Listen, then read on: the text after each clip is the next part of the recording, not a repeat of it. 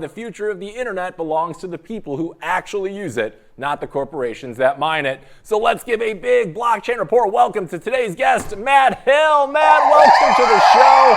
Me and my audience here are super pumped to have you. How are you this morning? Thanks for joining us.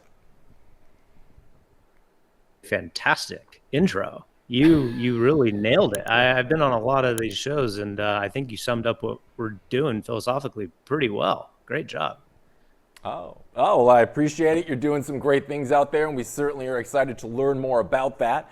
And we're going to get into today's stories here in just a second, Matt. But before we do, I'm sure there's at least a couple people in our audience that aren't yet familiar with you and your work. So how would you go about introducing yourself to them and the work that you're currently doing at Start9? As you mentioned, I and Start9 are on a mission to disintermediate computing infrastructure, namely to put individuals, families, small businesses back in absolute total control of their data and communications. We do that primarily by making a server operating system called StartOS that makes it easy for someone to own and operate a personal server, and then use that personal server for all their basic computing needs, from messaging to cloud data storage to running a Bitcoin node. All without needing to ask permission from anyone, all without their information or data being stored on or processed through a third-party server. And they can do it with impunity and total privacy and censorship resistance. And we think that this is how the internet should exist and how people should interact with computers. I couldn't agree more. There's two things I love. It's freedom and privacy. So I think we are on the same page, my friends. So what's going to happen now is we're going to go over the top stories of the morning. I'm going to ask that you hang tight while we read them over. Then we're going to bring you back and chat about them. Sound good? Sounds good.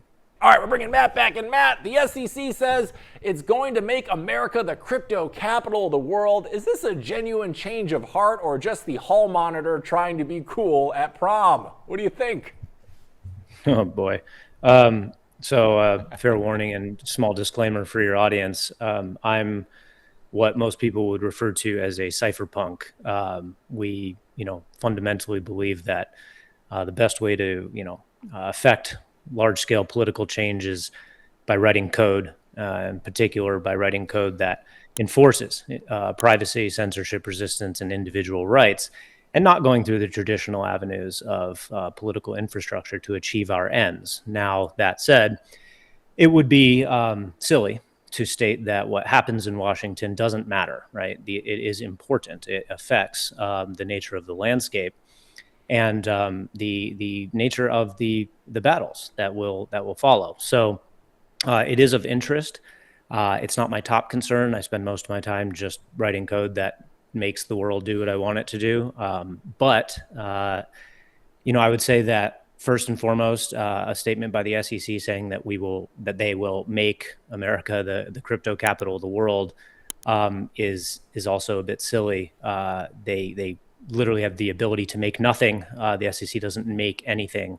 The best thing that they can do, in my opinion, is as little as possible. Clarity is paramount, as you mentioned. I do think that regulatory clarity is really important, especially for regulated institutions as they approach this sector. But minimalism is ideal, right? The less, the better. The clearer, the better. When I hear a bunch of bills coming down through the pipeline and all the different departments, being whipped to action, that doesn't sound good to me, right? I don't like the various agencies of the federal government looking and getting interested in and active in the Bitcoin world. I want them to stay out, but I do want clarity, right? I do not want ambiguity around legality, for sure. Yeah, and even as a cypherpunk who kind of rules by the code that you write, for something like Start9, is it fair to say that friendlier regulation can actually make a difference with what you're doing, or is the whole point to be bulletproof no matter what the rule book says? Yeah, I mean, the long-term goal is to throw the rule book out the window. Obviously, there are very practical considerations along the way, right? Like, we don't want to end up in jail or dead, but right. we believe that technology affords leverage that is far beyond what any form of political leverage can afford. So, we think that if we invent the right technologies and that people adopt those technologies, that politics will follow, that regulation will follow reality, as opposed to leading with regulation. Again, there's different people fighting on different fronts, and I'm not against anyone who is trying to, fight the good fight within the political sphere. I just think that it is far less efficacious because it is far less leverage than like what Satoshi did, for example. Satoshi didn't go and, try to get a bill passed and ask the SEC if he could invent some new money. It was just did it in an open source, brilliant way, and just unleashed it upon the world. And I guarantee you that if Satoshi's identity were known, he would not be a free man today. So, following in the footsteps of greatness, much better to beg forgiveness than ask permission. But even better than that is to just do something that warrants neither. Just fundamentally change things. Yeah, well put. And I think you just coined my new t-shirt, make regulation follow reality. I think that's the t-shirt we can market to cypherpunks everywhere. So I love it. Matt, the U.S. says it's going to build a strategic Bitcoin reserve. Is this a power move or just a PR stunt that makes them sound cooler than they actually are?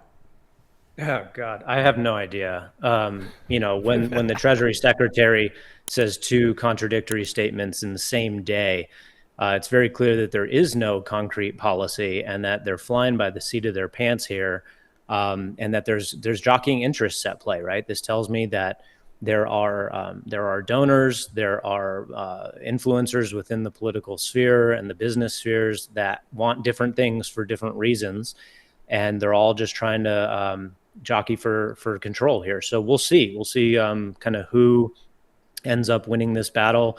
We probably don't even know all the players here. There are definitely people who want the continued supremacy of the dollar as the global reserve currency and America's mechanism of kind of international debt slavery.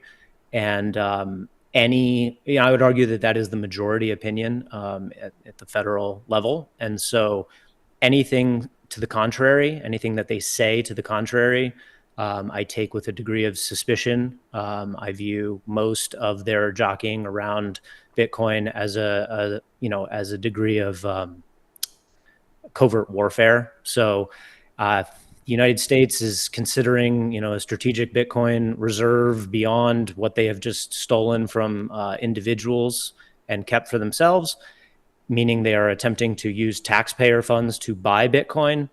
I would consider that equally atrocious in terms of morality, right? Stealing money from a population to buy durable, tangible assets for the state. I consider to just be fundamentally immoral. However, it could expedite the decline of the dollar, right? If they were stupid enough, in my opinion, to adopt Bitcoin as, a treasury asset and hold it, it would further undermine the dollar. It'd be good for us. So it'd be good for number go up, right? If you're interested in Bitcoin price going up, a United States strategic reserve is a good thing. If you're interested in Bitcoin becoming the global reserve currency, it could also be a good thing. But if you are the United States government yourself looking for the continuation of dollar supremacy, I just don't see it happening. I can't see why they would do this. Yeah, from a sovereignty standpoint, then I guess you're not a big fan of the United States going on and accumulating it. Because I was going to ask, does it matter if you're holding it, if I'm holding it, if Uncle Sam is holding Bitcoin, or is somebody's holding it good enough? But it kind of sounds like you'd prefer it to stay out of the hands of the government.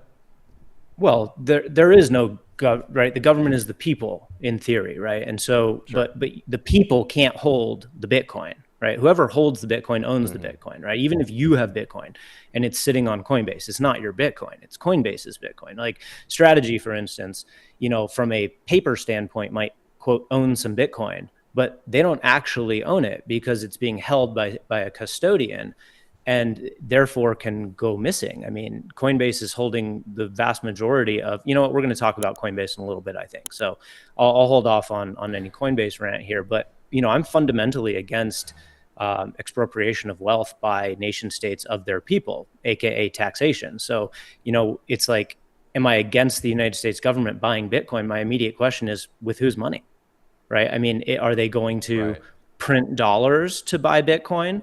Because that is an attack against the lower middle class of the entire country. It's going to cause massive inflation. Now, sure, those people have the same opportunity as everyone else to hedge against that inflation, to buy Bitcoin, but are they going to? No, they're going to be the last ones to the party. And so I think the United States printing trillions of dollars to buy Bitcoin would be a massacre of a major portion of the country. And I'm not really for that, right? I don't care. There are definitely worse things the government could do with printed money, right? They could use it to build bombs and kill a bunch of people, which they do. But even more so, or to a lesser degree, I'm against them using our money to buy wealth for themselves, right? It's not their money. Yeah, no, that's very fair. It's we can't have Nancy Pelosi getting any richer than she already is, given all the insider info she seems to take advantage of on the reg. It's amazing. She gets like 180 grand a year. She's worth God knows how much. Not good. Yeah, definitely. All right, we're going to talk about Coinbase here. Go ahead. Okay.